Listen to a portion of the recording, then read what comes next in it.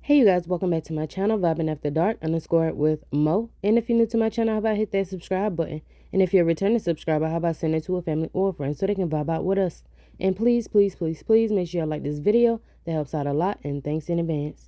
Alright you guys, so as you can tell by the title and the thumbnail, we are going to be talking about Lil Baby getting arrested and released, and the video footage of his arrest came out today. Also, we're going to be talking about Lil Rod finally speaking out after he filed his lawsuit against Diddy and how life been after that.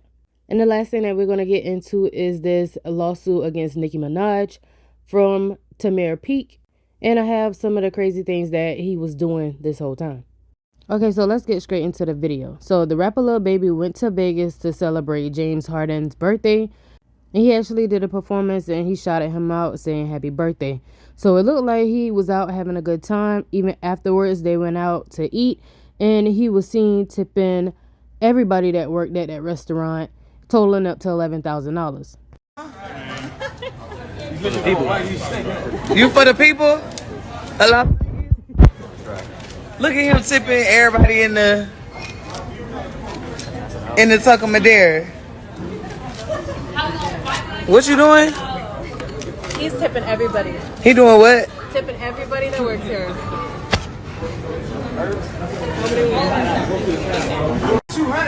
What you doing right now? So even though he was seen having a good time and he did a good deed by tipping all of the people in the restaurant, rules are rules, and he was still arrested around 5 a.m. on Monday, August 26th. On the Las Vegas Strip, he was charged with carrying a concealed weapon without a permit, which is considered a felony in Nevada. Released and bond following his arrest, Lil Baby was booked into the Clark County Detention Center. He was released after posting a $5,000 cash bond, and his next scheduled court date is for October 1st, 2024. His attorneys, Drew Feinling and David Chesnoff, have stated that he poses a valid concealed carry permit from Georgia, but Nevada does not recognize Georgia's concealed carry permit. They are actively investigating the circumstances of his arrest. His attorneys told The Times, on behalf, we are actively investigating the facts and circumstances surrounding his arrest in Las Vegas.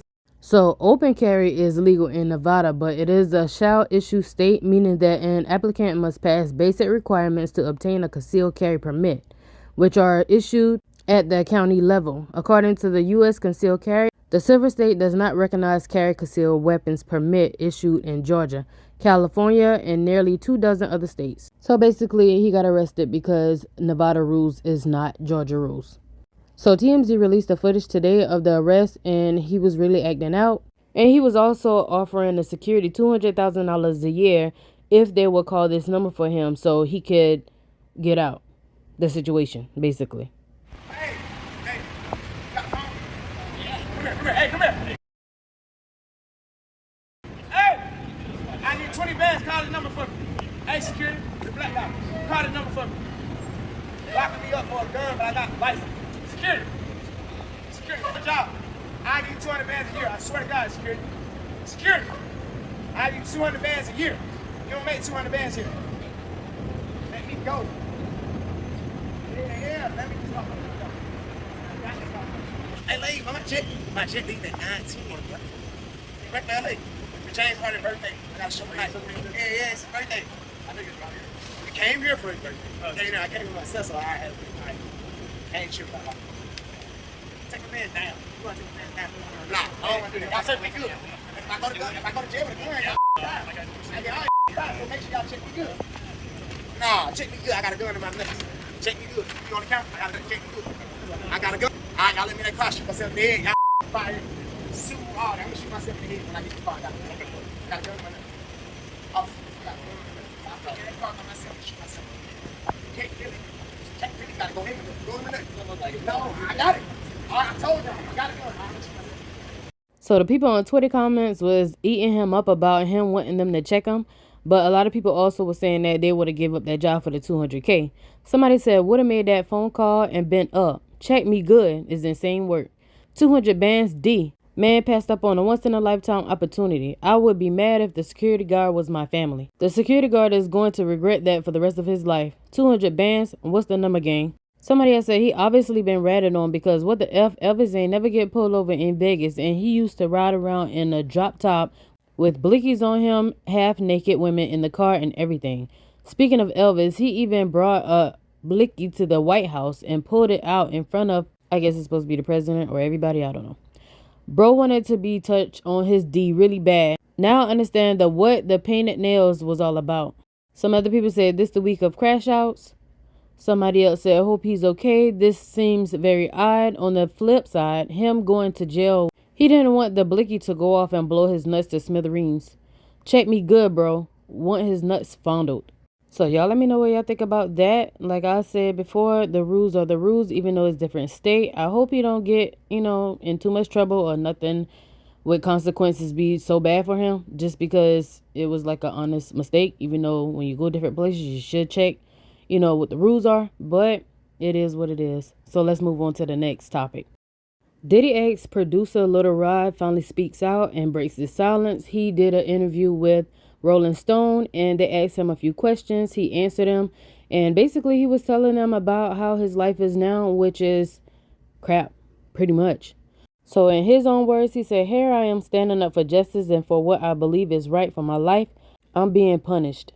So just to give y'all a little backstory, in February, he filed a detailed $30 million sexual assault, trafficking, and racketeering lawsuit against Diddy in Manhattan federal courts. He claimed Diddy groped him, secretly drugged him, and forced him to solicit and participate in sexual contact with ex-workers while he was working for Diddy. Now at that time, he was working with Diddy on the Love album, Off the Grid, between September 22 and November 23.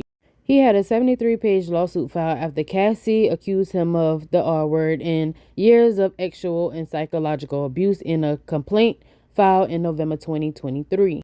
Diddy had settled with Cassie just a day later. Later, he apologized when the video actually came out when he was stumping and kicking and fighting her in that hotel room, which before all that came out, he basically denied the whole thing the whole time. Just like he's denying these claims right here that Lil Rod made.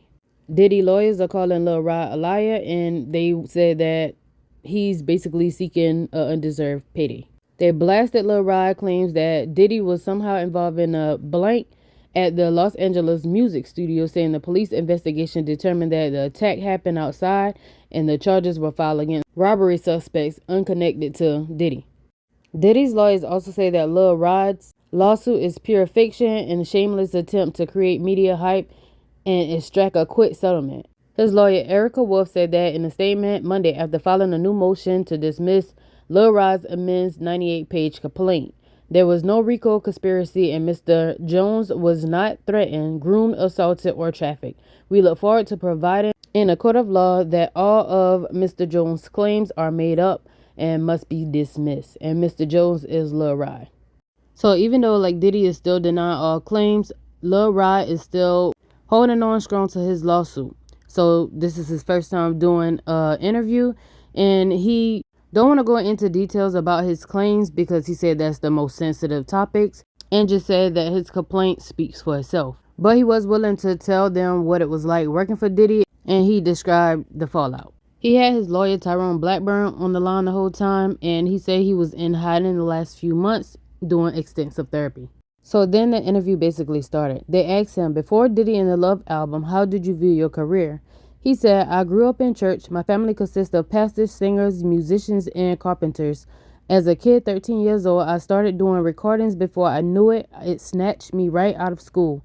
I've worked with some of the greatest artists across different genres in gospel industry. The Clark sisters, Mary, Donald Lawrence, Smokey Norfolk. In the jazz world, Brian Culbertson. In the hip-hop world, Jack Harlow on Baxter Avenue and T-Pain. I'm a singer and rapper who produces and plays multiple instruments. Coming into the situation with Diddy, I put everything else on hold. I saw that doing Diddy's project might be able to give me finances and position to come back to my productions company with a little bit more notoriety. When you work on this type of album, it usually comes with respect. So Rolling Stone then asked him, how did you start working on the Love album? He said the first official meeting was in September 2022.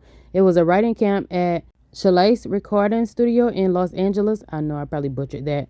One of my friends was close to his A&R at Love Records and asked me to come work with him. He said they give us our own room with musicians coming through to work with us. When I got there, I was so confused because the parking lot was set up like a club. Puff turned the parking lot into a whole experience. I didn't have my own room and was ready to go home, but I figured I'd at least do some networking. There was free drinks, IV drips, massage therapists, basketball. There were hundreds of people. At first, I wasn't even noticed. They tried to put me in a corner. I was like, I'm a musician. I've got guitars, keyboards, and basses in my trunk with me sticking around. People just started asking and needing me more. One time specifically, Puff asked, yo, I need you to go find some church musicians to play keys to color up this song. I was sitting right there. I said, I can play it. I grew up playing in the church. We moved to another room. And he pulled me to the side and was like, yo, maybe you can put a bridge on this song. You do know what a bridge is. I looked at him like, bro, for him to ask me that, he didn't have the slightest idea of my background. From then on, my services were needed. They gave me the task of training all the engineers and dealing with all the producers. Rolling Stone then asked, what was it like working with Diddy? His attitude is like 0 to 100 in seconds. Sometimes he's asking for something he doesn't even know what he's asking for. He's like, yo, turn those little trinklets up. I would look at him like, okay, the trinklets, let's see. I just constantly keep eye contact and I can see when I'm turning up something if it's right. I get that nod. I started to develop his ear too. He liked that. I understand music theory in professional terms. I had to understand what he's trying to say and translate that. That's how we became close. He's not a musician. He's more like an executive. He likes options. I figure, okay, I'm going to add 10 or 20 extra parts on here, and then when he comes in, I'll mute everything and play them one by one. And this will give him a plate to choose from. It was giving him options. It got to the point that out of all those hundreds of people at the writing sessions, when he went home to Miami, it was only myself and his A&R executive, DeForest Taylor, who flew back with him. He then said, there have been too many people trying to figure out where I'm at. My mom doesn't even know where I live. It's been like that pretty much all year. So then Rolling Stone said, your lawsuit alleges a pattern of abuse. When did that allegedly start? He said, one of the first moments that was very uncomfortable was around Thanksgiving. Me and DeForest were the only two flown to Miami. It's Thanksgiving Day and he has a table outside for the employees. He's inside and he waves me in. I'm a little nervous but excited to be brought into the family dinner. I felt privileged to be sitting there. He introduced me and asked me to bless the food. I'm trying to talk with the people sitting next to me, but I noticed everyone is saying very little. I realized they're probably all under NDAs. I don't like to sit uncomfortable too long, so I went to the studio. About 10 minutes later, Puff comes rolling in with Young Miami and other following behind. A census were lighting candles, giving us cocktails. He went in his bathroom attached to the studio and summoned me in DeForest. He asked me if I had a $100 bill. There were 3 white lines on the sink. He was asking me to do something I've never done before. It was awkward. He was trying to get me to do some drugs. I don't want to judge anybody, but that's at the top of my list of things I'm afraid to do. The next question, how do you describe Diddy? He's a monster. He'll do whatever it is necessary to get exactly what he wants. He doesn't take no for an answer. He told me himself, I'll smack your mama. Anybody who can say that even jokingly is a monster. He's nothing to be played with. For a person whose brand is Love Records and changed their name to Love and named their kid Love, he doesn't show love. He just marketing. Rolling Stone then asked, where are you based at these days? He said, for safety reasons, I'm not saying. There have been too many people trying to figure out where I'm at. I moved locations, moved states. Everything is private. My mom doesn't even know where I live. It's been like that pretty much all year. Then they asked, how has your battle with Diddy affected your career and personal life? He said, it's been very, very, very tough because of this lawsuit. Most people don't want to come near working with me for whatever reasons, whether they've been in partnership with Puff or they want to just sit back and see what happens. He's a gatekeeper in the music industry. In this industry, to be successful, you have to have worked with someone like him or Jay-Z, Dr. Dre, Kanye, or 50 Cent. So many people I've worked with have had business deals with him. I've reached out to try to get a deal for my album, and people don't want to get involved. The crazy part is when you sign most artists, you have to get in the studio and pay producers. My album is finished. It's mixed and mastered. I just need someone to come in and help with marketing and the release. I did the hard part, but people are too scared, whatever their reasons are, to touch this. I've been told the best way to do it is independent, but I have no engine. Meanwhile, I can't just go back to working with artists as a musician because I have to take security around with me. I'm performing, and most musicians don't get paid enough to take security. They asked, why do you need security? You're afraid of Diddy? He said, yes, I got threats. I've never had so much hitting me at once. Diddy has a lot of people in his payroll in a lot of different positions. He's very connected. It's made me nervous traveling, going to hotels. I asked if there's any way to remove my name, the last name. I landed in LA. I knew I had a connection there. I got off the plane worried. I masked my face and changed my outfits, trying to disguise myself. For sure, I was uncomfortable, paranoid, afraid, but I told myself you can't keep living like this. I've got 3 therapists in this lawsuit. Jones alleges Combs threatened him with physical harm. Everybody saw the video of Cassie. This is who I'm dealing with. Then it asks, so no more touring with other musicians? He said, I did a gig in Hollywood, both with T-Pain in June in a full orchestra. I was the band director, scored the orchestra parts, played the keys and bass guitar. I've been working with T-Pain the last couple of years. I helped produce his last album, but during that show, I had a couple mental breakdowns. I almost felt like it was too soon for me to try to come back outside to work. My anxiety was out of the roof. I saw different guys backstage I didn't know and I got scared. I wondered where the security was. It made me very uncomfortable. It's not a good feeling wondering if someone was there to attack me. It was just hard for me to do my job comfortably. He then added, it's definitely been challenging for sure. Last year I was touring arenas around the U.S. This year I've only done a total of 3 gigs. It's hard. This has got me in a place where I don't know what's next. I feel like there's more music and creativity in me. But then I feel like maybe my career is over. Maybe the music business feels so corrupted. I've been writing. I have a couple albums, but the truth is I'm nervous. They asked him, isn't it an overstatement to say that you feel blackballed? He said, it's not an overstatement. It's correct. It feels like there are so many people quietly rooting for Combs, or maybe they're rooting for me and just scared to say something. Here I am standing up for justice, for what I believe is right for my life, and I'm being punished for that. I'm blackballed for sure. I've had many nights and weeks and months of suicidal thoughts. It's the music that keeps me going. What do you want people to know about your situation? Why speak out now? He said, for some reason, our culture worships Combs and his billionaire status. They don't want to see him fall because they're living vicariously through him. They have to understand Puffy is no god. He's nothing more than a shrewd crook businessman. He's stolen publishing for years. He's nothing but a thief. He has no soul. He lives off other people's gifts and talents. It's not a human way to live. My name is all over the Love album credits, so I had to have done some producing. It got a Grammy nomination and I'm still sitting here doing nothing, unable to work. This is not right.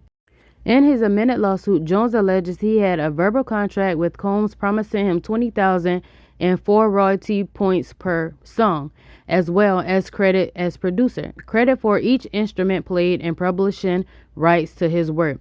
He alleges he produced 9 songs on the Love album and hasn't been compensated for his work. When he reached for comment, a spokesperson for Combs said no such agreement was reached. Mr. Jones was hired as a session musician and sound engineer for the Love album and was fully compensated for his contribution, the spokesperson said. The rep further pointed Rolling Stone to a prior statement from the Combs regarding his decision in the last few years to return publishing rights to his bad boy artists and writers. No other company has taken the steps that I have taken to give publishing rights back to artists. This is about fairness, integrity, and acknowledging the contributions these artists made to the culture, Combs said in the statement shared with Rolling Stone. And the last thing Rolling Stone asks, what is your financial position right now? He said, I'm broke. I have no source of income right now. Every month I'm trying to figure out how the bills are going to get paid. I had my phone turned off for like 24 hours and a lot of people just sit back and watch. But T-Pain is a real friend. His team worked to make sure it was safe for me to work the Hollywood Bowl show. That felt good, but there should be more artists like T-Pain having my back. Whew, that was a lot. So long story short, I'm sure he wishes he would have never even got into that. And that's why a lot of people didn't file against Diddy or never came out and said anything because of his powers. And I know this is a lengthy video, but the last thing I want to get into is Nicki Minaj and Tameer Peak. Tameer Peak is suing Nicki Minaj for $5 million in defamation lawsuit against the rapper, citing reputational harm and emotional distress. The lawsuit includes allegations that Minaj's husband, Kenneth Petty, physically assaulted Pete during a Super Bowl event in 2020 and that Minaj harassed him both online and in person. In addition to his lawsuit against Nicki Minaj, Pete is reportedly involved in multiple legal battles, including lawsuits against NYPD officers and another defamation case against social media user. According to Daily Mail, Pete filed a lawsuit in Los Angeles Superior Court seeking damages for reputational harm, emotional distress, and financial loss. The fan accuses the hip-hop star of calling him a paid mole to sabotage her in 2017. In a video uploaded TikTok on December 6, Minaj is seen being approached by Pete and a few of her followers while sitting in the car, allegedly. As soon as she realized it was somebody that has been talking S, she took to Instagram Live and called him out. See somebody here that been talking shit. Who? Is this one? Yes. What's the problem? Say what you got to say. Say what you got to You say, want mama. the camera, boo. I be talking shit because I love you. And I'm trying to keep it real with you. If you love me, respect me. Pete also alleges that Minaj's husband, Kenneth Petty, battered him during a Super Bowl event in 2020 and that Minaj later sent him a direct message referring to the incident. This article said Pete is known to be disputatious with 2 pending lawsuits against NYPD officers and 1 defamation lawsuit against ex-user Cabria Nelson. He is best known as the fan who blew his savings account, spending 5 figures to attend 8 Beyonce Renaissance tour concerts while wearing a prosthetic head. Nicki Minaj's attorney told TMZ Mr. Pete has been harassing Nicki Minaj on social media for years. He has now graduated to seeking to shake her down financially with manifestly false allegations and legal frivolous claims. He will regret having gone down this disreputable road when he is forced to pay her legal fees as required by California law. So he definitely been doing some crazy and weird stuff. He was the one that had said that Akbar was talking crazy about Nicki Minaj, which I talked about it in this video right here. And he got busted when her and Armand got on Spaces on Twitter and they caught him in a lie. So y'all know Akbar V, she gonna stay 10 tones down behind Nicki. She said, I will be going to court and telling the judge how he did this mess and how he act like he was Nicki team. So give me the court date. He texted me several times. Also, I have the messages and calls. So these are old tweets where he was texting Nicki. He said, hey, dropping by again with my unsolicited opinion. Don't ruin your life over a man. And then she said, did you mention my child? But he had posted and he said, oh girl, you know I ain't never been scared. And these are a few clips from him just trolling her and being at her concerts and stuff. It says, Nicki reaction to seeing me in the club. Yikes. And that was in 2020. Don't be no sneaky brave man in here. You don't know what could happen. But promote peace, yo. He sent me a cowboy hat, for real. These tickets not paying for themselves. Don't even screenshot that? Yeah. Get it again? Yeah. I'm gonna make him feel like it's just Alright, so in my opinion, I don't feel like he's gonna win anything. Y'all let me know what y'all think about it all in the comment section below. I do comment back and I'll catch you guys on the next video. Bye.